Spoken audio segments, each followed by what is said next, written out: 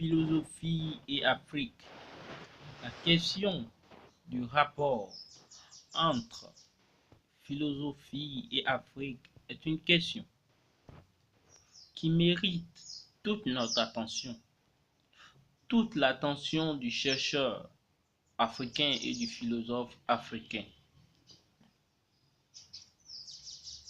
En fait, c'est une question qui paraît indispensable. C'est une question qui définit l'état propre de l'Africain. Existe-t-il une philosophie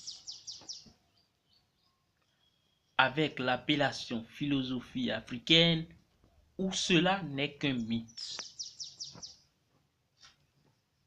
Il nous faut répondre à cette question. Voyez-vous, c'est une fausse querelle qui se laisse lire ou qui se laisse voir à travers le débat sur la philosophie africaine. Qu'est-ce que d'abord la philosophie? Nous pouvons comprendre la philosophie comme la quête perpétuelle d'une sagesse, la quête d'un degré d'élévation.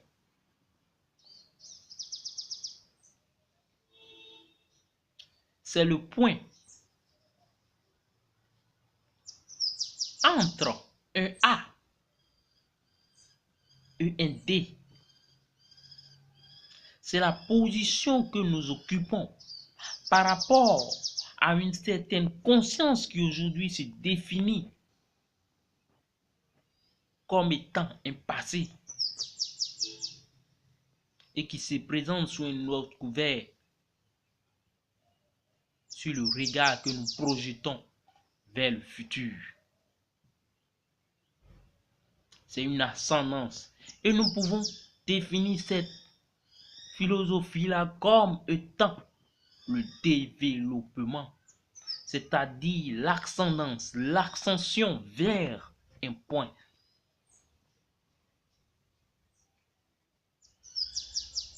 Cela nécessite donc des avoirs et des savoirs, une certaine conscience.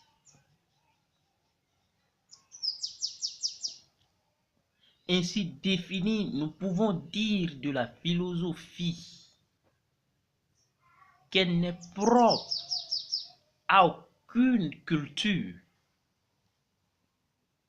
La philosophie se représenterait comme un savoir universel, puisque tous les peuples, tous les hommes,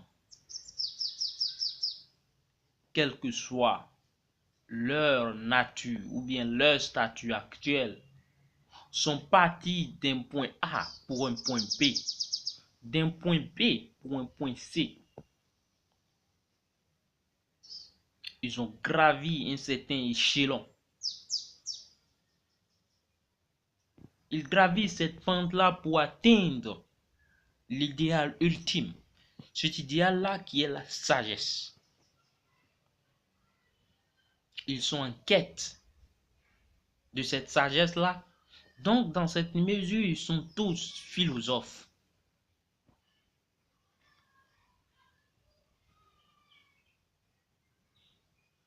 L'Occident a posé les bases de cette philosophie-là. Et nous sommes d'avis avec eux. Mais dire que la philosophie est authentiquement occidentale et ne peut point se départir de cette connotation, c'est faire preuve de mauvaise foi. Mais c'est encore plus faire preuve de bêteté que de vouloir anéantir tous ces préjugés racistes sur l'Afrique que de partir via des critiques, via des dénonciations. De nombreux ouvrages écrits par des philosophes africains réhabiliter l'Afrique. C'est comme cette querelle-là qui se laisse lire à travers cette critique du jeune homme, de ce petit jeune homme tout récent, Dili. Dili affirmait que l'Afrique est sous-développée parce qu'elle ne lit pas. Mais les réactions des Africains se sont fait nombreuses. On l'injuriait. D'autres mettaient au devant de la scène tous les savoirs, toutes les connaissances. Mais c'est fait preuve de bêtité. Ce n'est pas parce qu'on vous dit que vous ne lisez pas que vous irez dévaliser toute une bibliothèque. Non.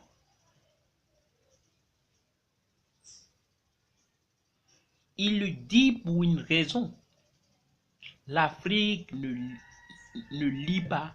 C'est pourquoi elle est sous-développée. Donc, pour donner réponse à peut-être celui-là qu'on considère comme un mal intentionné, de se développer, de quitter l'étape du sous-développement pour le développement, ce serait la meilleure réponse.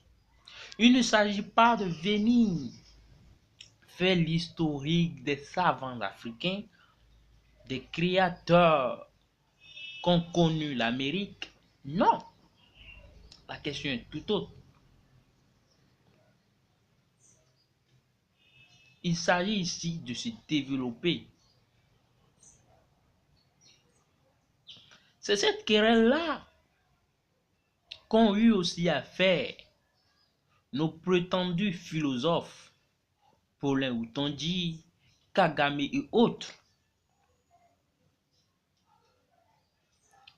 Ils se sont battus contre les freins de l'occidental, ont voulu dans un certain sens réhabiliter l'image ternie de l'Afrique, prouver à l'Europe que l'Afrique a une certaine philosophie et que cette philosophie-là est une philosophie africaine.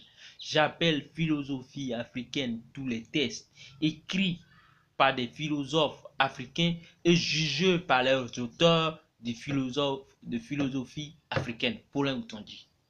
Qu'est-ce à dire? Il n'y a pas de doute que la philosophie est universelle. Maintenant, l'appropriation de la philosophie. Comment une philosophie peut être propre à une certaine culture, à un certain peuple? C'est ce sur quoi nous devons maintenant nous interroger. Il s'agit ici de la méthode employée. Puisqu'une philosophie ne peut se départir des avoirs, de la culture, des traditions d'un certain peuple, il nous faut obligatoirement partir d'elle, de ces traditions, de cette culture-là, pour définir une philosophie. Nous avons dit tout à l'heure que la philosophie est une vision, un point d'ascendance entre un A et un C, ou autre lettre de l'alphabet. Ce qui équivaudrait à dire que si nos civilisations et autres ont quitté un certain terroir pour un certain niveau, elles peuvent être clamées comme des philosophies. Il s'agit ici de la méthode. On parlerait de la philosophie africaine en ce sens que notre représentation du développement, notre représentation de l'ascension diffère de celle des Occidentaux. C'est une vision de sagesse. Et en ce sens-là, on pourrait dire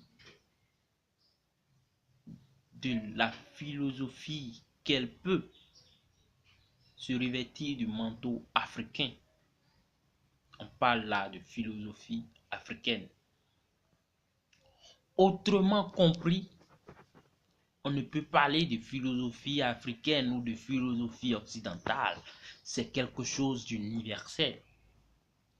La philosophie africaine, occidentale, orientale surgit seulement lorsqu'elle doit se revêtir de la culture et des traditions propres d'un peuple, lorsqu'elle doit se revêtir d'une vision qui est propre à un peuple, d'une vision qui n'est pas commune à tous. Que la querelle, la fausse querelle sur l'existence d'une philosophie africaine ou autre cesse. Non, il ne s'agit pas pour nous d'écrire des milliers de livres pour prouver aux Blancs que nous avons une certaine philosophie. Non, il s'agit pour nous de quitter notre position d'arriérés pour nous représenter au monde comme des gens développés. Il s'agit pour nous de saisir un point de médiété entre ce que nous étions hier et ce que nous sommes appelés à être demain. Il s'agit pour nous de saisir un point de médiété entre la tradition africaine et la civilisation occidentale. La querelle sur la philosophie, sur l'existence d'une philosophie africaine est un débat désuet. Et il nous faut nous réinventer. Il nous faut, si elle n'existe pas, définir cette philosophie africaine-là. Cette vision qui n'est propre qu'aux Africains.